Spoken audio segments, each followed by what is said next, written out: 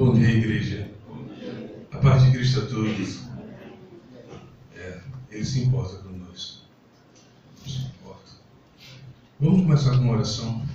Fechar nossos olhos e levar nossas mentes. Santo Deus, amado Pai, mais uma vez, Senhor, nós te agradecemos por esse dia que o Senhor nos concede sua imensa graça. Obrigado, Deus, pelo sol que brilha. Obrigado, Deus, pelo ar que respiramos. Obrigado, Deus, pelo Teu Filho Jesus em nossas vidas. Que o Senhor possa, Pai, nos edificar através dessa mensagem que seja aqui dita. Que seja dita, Pai, tudo que o Senhor queira que seja ouvido. Nos guie, Pai, porque somos dependentes do Senhor. Em nome do Teu Filho Jesus Cristo, que oramos hoje e por todo sempre. Amém. Irmãos, como entender o discipulado? Como entender ser discípulo?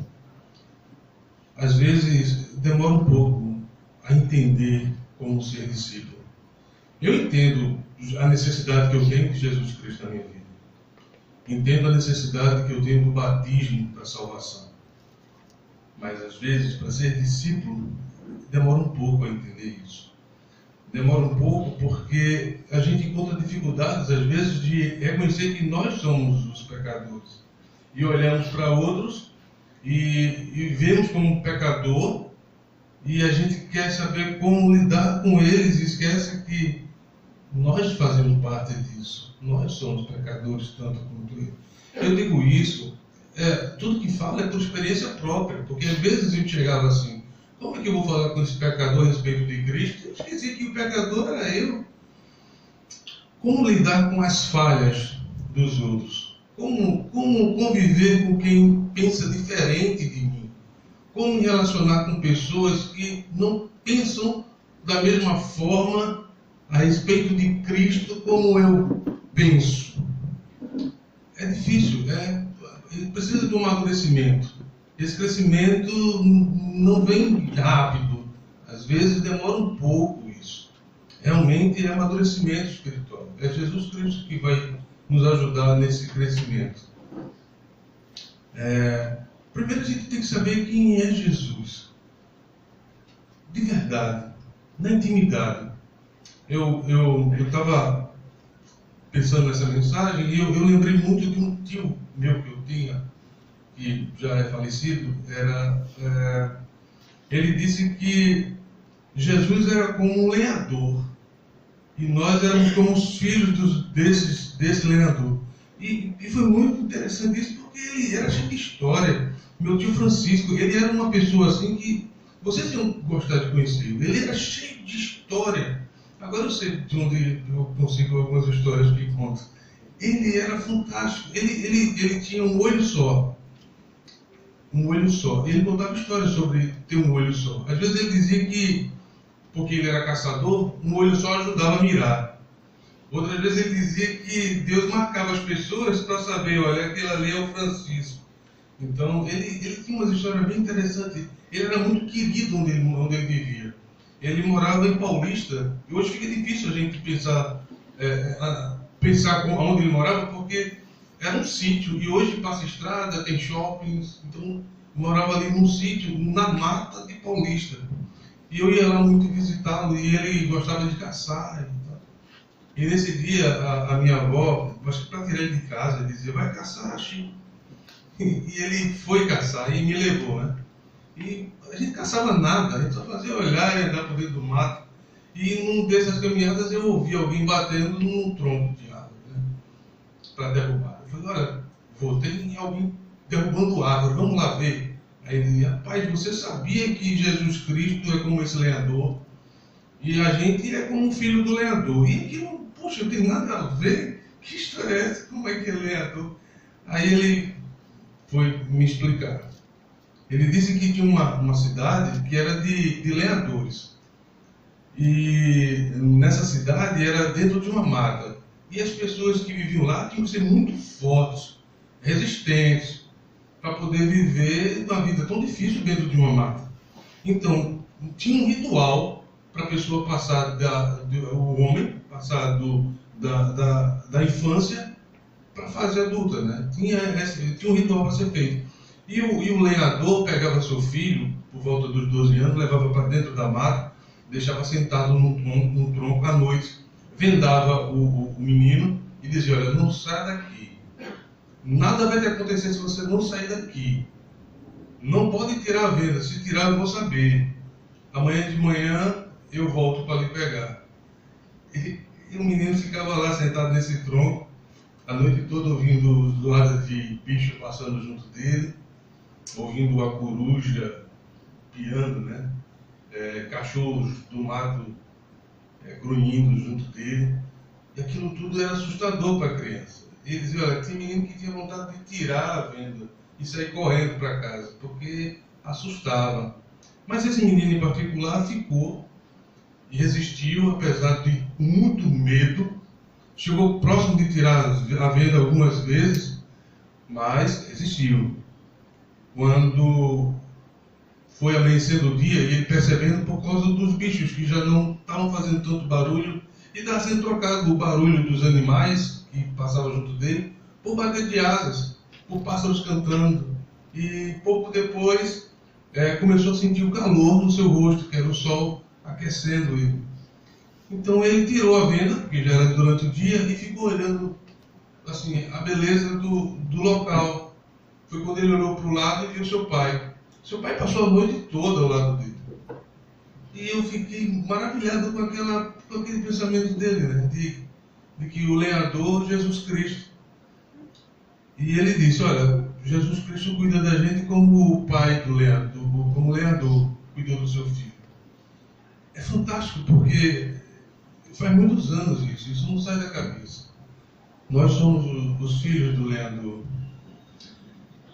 Quando a gente olha para Jesus e vê-lo como protetor, cuidando de nós, nos orientando, nesse ritual que nós vivemos, nessa passagem para essa nova vida que temos, vida cristã, de discípulos, a gente percebe que Ele cuida de nós, Ele nos ajuda nessa passagem.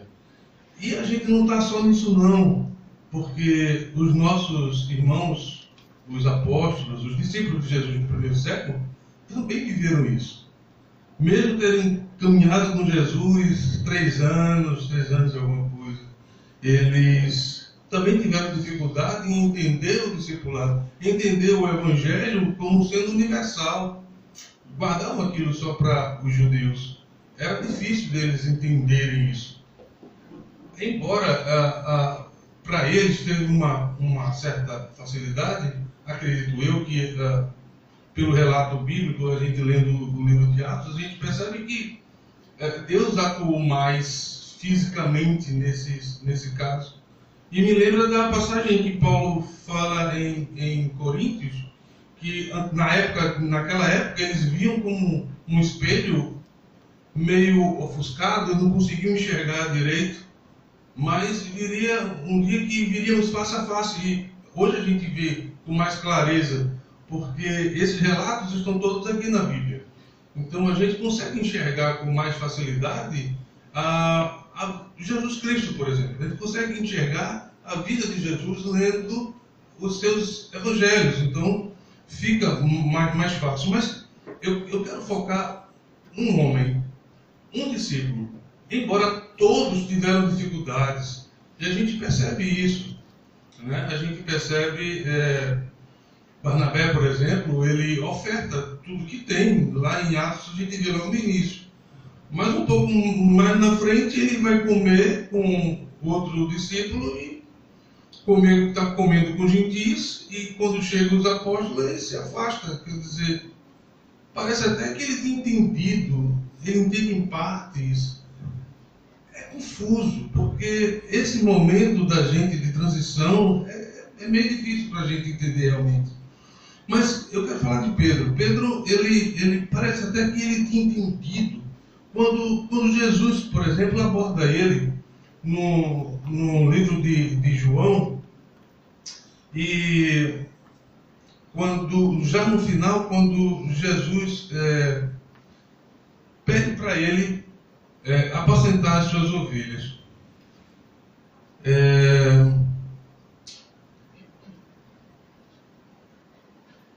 Deixa eu ver, João capítulo 21, versículos 15 a 17.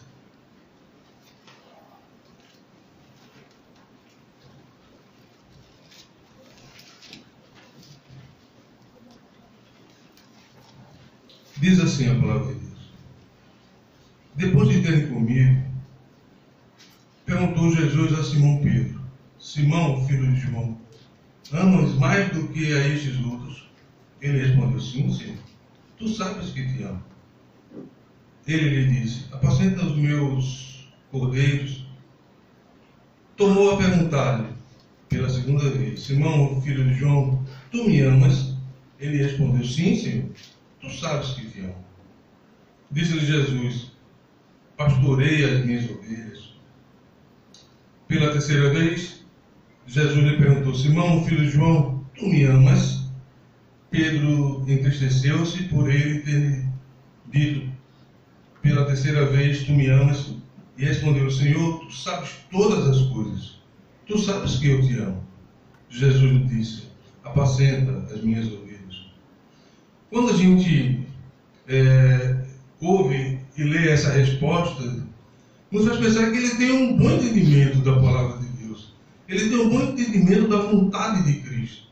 Ele tem um bom entendimento do Evangelho do Senhor.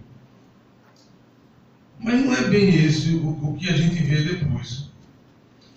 Ele poderia, inclusive, por ter vivido tanto tempo com Jesus, ter entendido um pouco mais disso. Jesus disse, por exemplo, que ele era o único caminho, ele era a porta, ele é o pão, a água, a videira verdadeira. Ele viveu o tempo todo com Jesus explicando cada um dessas parábolas que levam a crer que Ele é o Senhor. E mesmo assim, mais na frente a gente percebe que não é bem isso. Em Atos, capítulo 3, versículo 25, ele está discursando no templo. É o segundo discurso dele, e ele diz assim, ele cita Gênesis, dizendo assim: na tua descendência serão abençoadas todas as nações da terra. Me faz pensar também que ele tinha entendido isso, embora tenha falado guiado pelo Espírito, mas que ele tinha entendido. Também, mais uma vez, eu me engano, porque me parece que ele não tinha entendido muito bem. Por exemplo, quando nós lemos o capítulo 10 de Atos dos Apóstolos. E o capítulo 10 é o encontro dele com Nicodemos. Com Nicodemos não, com Cornélio. Capítulo 10, versículo 28, diz assim: a quem se dirigiu dizendo: vós bem sabeis que é proibido a um judeu ajuntar-se ou mesmo aproximar-se a alguém de outra raça, mas Deus me demonstrou que a nenhum homem considerasse comum ou imundo. Bom, esse bom entendimento dele, ele vai explicar melhor no capítulo 11. Porque esse capítulo 10 é muito interessante, porque ele tinha aquele pensamento errado de que não poderia se juntar, nem conviver com nenhum outro que não fosse judeu. Mas a gente vê a história de Cornélio, que ele era um oficial romano e graduado, mas Cornélio, ele adorava ao Deus, o Deus dos judeus. E esse Deus dos judeus, nosso Deus, ele ouviu as orações de Cornélio, ele gostou das ofertas que Cornélio fazia para os pobres. Então, ouvindo o clamor de Cornélio, ele levou uma mensagem para Pedro através de um êxtase, através de algo que veio a ele em mente, e fez com que Pedro fosse até a casa de Cornélio, e que, conversando com Cornélio, ele entendeu que o Evangelho seria universal, para todos. Veio a entender que Jesus era realmente para aquele que o buscava, como Cornélio estava fazendo. Enfim, Cornélio foi batizado com sua família e receber a salvação. Mas a gente percebe isso e fica mais claro quando a gente lê o capítulo 11 de Atos dos Apóstolos, versículo de 1 a 18, o qual foi lido aqui com o nosso irmão. E vamos rever essa leitura. Capítulo 11, versículos de 1 a 18. Chegou ao conhecimento dos apóstolos e dos irmãos que estavam na Judéia, que também os gentios haviam recebido a palavra de Deus. Quando Pedro subiu a Jerusalém, os que eram da circuncisão arguíram, dizendo: entraste em casa de homens incircuncisos e comestes com eles. Então Pedro passou a fazer-lhes uma exposição por ordem, dizendo: eu estava na cidade de Jope, orando, num êxtase tive uma visão em que observei descer um objeto como se fosse um grande lençol baixado do céu pelas 4 pontas e vindo até perto de mim. Eu, fitando para dentro dele os olhos, vi quadrúpedes da terra, feras, répteis e aves do céu. Ouvi também uma voz que me dizia: levanta-te, Pedro, mata e come. Ao que eu respondi: de modo nenhum, Senhor, porque jamais entrou em minha boca qualquer coisa comum ou imunda. Segunda vez falou a voz do céu: ao que Deus purificou, não consideres comum. Isto sucedeu por 3 vezes, e de novo tudo se recolheu para o céu.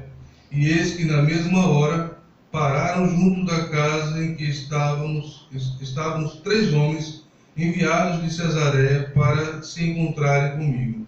Então o Espírito que me disse que eu fosse com eles, sem hesitar, foram comigo também estes 6 irmãos, e entramos na casa daquele homem. E ele nos contou como vira um anjo em pé em sua casa, e que lhe dissera: envia a Jope e manda chamar Simão, por sobrenome Pedro, o qual te dirá palavras mediante as quais serás salvo, tu e toda a tua casa. Quando, porém, comecei a falar, caiu o Espírito Santo sobre eles, como também sobre nós no princípio. Então me lembrei da palavra do Senhor, quando disse: João, na verdade, batizou com água, ou em água, mas vós sereis batizados com o Espírito Santo. Pois se Deus lhe concedeu o mesmo dom que a nós nos otorgou quando cremos no Senhor Jesus, quem era eu para que pudesse resistir a Deus? E aí entra eles entendendo aquilo que aconteceu com Pedro. E ouvindo eles estas coisas, apaziguaram-se e glorificaram a Deus, dizendo: logo também aos gentios foi por Deus concedido o arrependimento para a vida. Então, essa explicação de Pedro mostra que ele agora estava entendendo que o Evangelho era universal, é universal. Que Jesus Cristo não veio só, exclusivamente, para um grupo, para uma linhagem. Não, Jesus Cristo, a princípio sim, mas foi, como posso dizer, cedido, aberto para todo aquele que precisa, que o busca. E a partir desse momento ele percebe que aquilo que ele estava fazendo era necessário, porque era divino, foi orientação de Deus. E os outros, percebendo através do relato dele, que também aquilo era divino. E perceberam que Jesus Cristo veio para todos. Essa passagem, o que eu tenho falado, é a respeito das nossas vidas quanto discípulos, para que venhamos a buscar, quando tivermos qualquer dúvida, o nosso Senhor através da Bíblia. É o único meio de encontrarmos o nosso Senhor, de sabermos o que Ele tem para nós, de saber a sua vontade em nossas vidas. Qualquer dúvida, temos hoje aquilo que é perfeito para nos mostrar a pessoa de Jesus, a qual nós devemos servir e como devemos servir. Me faz lembrar também uma passagem em que Jesus, lá em Mateus capítulo 7, se possível, gostaria que vocês abrissem Mateus capítulo 7. Eu trouxe esse discípulo em particular porque foi ele que ficou para cuidar da igreja. Jesus o chamou para pastorear. E mesmo assim ele tinha dúvidas. Mesmo assim ele não tinha entendido bem. Muitas vezes nós também não entendemos. E por isso nós devemos buscar o Evangelho. Devemos buscar o Senhor Jesus, conhecê-lo mais profundamente. E conhecendo Jesus profundamente, a gente consegue entender a sua vontade na nossa vida. Mateus capítulo 7, versículos, deixa eu ver, de 7 a 12. Jesus ensina como orar, que é orando que a gente busca aquilo que a gente está querendo. E é só através de oração, é só através da comunhão com Deus que nós crescemos espiritualmente. É só através dessa comunhão com Deus que passamos a ser discípulos que Jesus gostaríamos que fôssemos. É só através de oração e da leitura da palavra dele que nós crescemos como pessoas e como discípulos. Jesus diz assim: pede e dá-se-vos-á. Buscai e achareis. Batei e abri-se-vos-á. Pois todo o que pede recebe. O que busca encontra. A quem bate abre-se-lhe-á. Ou qual dentre vós é o homem que, se porventura o filho lhe pedir pão, lhe dará pedra? Ou se lhe pedir um peixe, lhe dará uma cobra? Ora, se vós que sois maus, sabeis dar boas dádivas aos vossos filhos, quanto mais vosso Pai que está nos céus, para boa coisa aos que lhe pedirem. Tudo quanto, pois, queres que os homens vos façam, assim fazei-os vós também a eles, porque esta é a lei e os profetas. Jesus nos ensina como orar ao Senhor quando temos qualquer dúvida. Então, busquemos ao Senhor. Busquemos ao Senhor como esses homens buscaram. Busquemos ao Senhor porque hoje nós temos uma ferramenta que eles não tinham. E hoje é de fácil acesso a gente. Para descobrirmos qual discípulo que nós podemos ser. Como servir ao Senhor. Como levar uma vida inteiramente a Deus. E que Deus nos abençoe a todos nós.